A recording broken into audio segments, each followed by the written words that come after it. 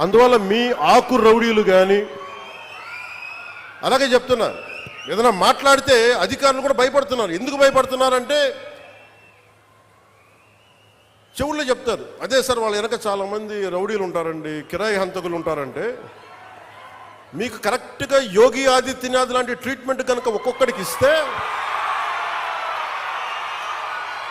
ఒక్కొక్కడికి రౌడీజం అంటే కాలు కాలు కీలు కీలు తీసి మడత పెట్టి కింద కూర్చోపెడితే అప్పుడు కరెక్ట్గా చెప్తా, కరుడు గట్టిపోయిన జీవితకాలం ఒకే మనం వాళ్ళతో ఏకీభవించవచ్చు, ఏకీభవించకపోవచ్చు.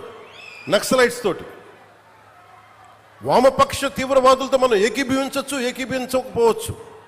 అలాంటి బలమైన ఆర్గనైజేషన్నే కకావికలం అయిపోయిన పరిస్థితుల్లో ఉంటే ప్రభుత్వం తలుచుకుంటే, అలాంటిది ఇన్ని లక్షల మంది పోలీసు ఉండి, ఇన్ని వందల మంది ఐపీఎస్లు ఉండి, 1000-2000 ఉన్న డిఎస్పీలు ఉండి, అలాంటి కిరాయి గ్యాంగుల్ని మెయింటైన్ చేసే వ్యక్తుల మీద 2 రోజులు 48 గంటలు మీ చుట్టుపక్కల ఎవరున్నారు, వాడి పేరేంటి అన్ని కనుక్కొని ఒక పొలిటికల్ నిర్ణయం తీసుకుంటే మళ్ళీ ఎప్పుడు ఇలాంటి మాటలు రారు. మీరు అక్కడి దాకా తీసుకెళ్ళకండి.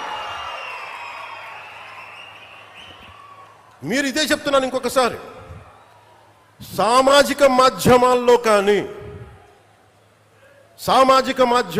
కానీ విదేశాల్లో కూర్చొని వాగే వాళ్ళతో సహా ఇక్కడ కూర్చొని భవిష్యత్తులో మేము వస్తాం, వచ్చి మేమేం చేస్తామంటే, వచ్చినప్పుడే మీరేం పీకలేదు, మరి ఏం మాట్లాడతారు? ఇప్పుడు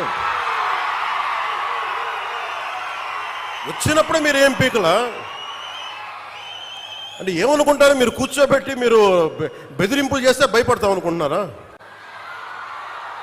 దానికి మేము ఒక్కడు చిన్నప్పటి నుంచి కూర్చొని అమరజీవిని గుండెల్లో పెట్టుకున్నాడంటే వాడికి ఎంత పిచ్చి ఉంటుంది? ఏ మ్యాడ్నెస్ ఉంటే ఇలా వస్తాం మేము? ఏ అండదండ లేకుండా పార్టీ పెట్టి ఇక్కడ దాకా వచ్చామంటే ఎంత కమిట్మెంట్ ఉండాలి నీకు, సమాజం మీద, దేశం మీద, రాష్ట్రం మీద, ప్రజల మీద. పద్ధతులు మార్చుకోండి. ఒక మాట అనాలంటే అనండి, తప్పేం లేదు. డెమోక్రసీ ఇది, ప్రజాస్వామ్యం. ఖచ్చితంగా అనండి. అనటానికి కొన్ని గీతలు ఉంటాయి. గీతల్ని దాటి మాట్లాడితే మీ చేతికి మళ్ళీ ముద్రలు వేయడానికి ఏముంది? అలా మాట్లాడే వాళ్ళు చెప్తున్నాను ఇప్పుడే, మీ చేతి మీద గీతలు తీసేస్తాం, అంత అరగదీస్తాం, గుర్తుపెట్టుకోండి.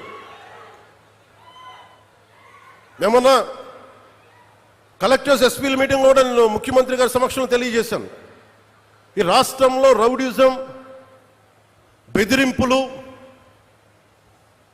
మన ఉత్తరాంధ్రలో కూర్చోబెట్టి కొంతమంది బెదిరించి ఒకటే చెప్పాను, రౌడీజం చేసే వాళ్ళని బెదిరించి వాళ్ళని పంపించి కదా మనం వచ్చింది. మనం అలాంటివి చేస్తే మనకి వాళ్ళకి ఏంటి తేడా?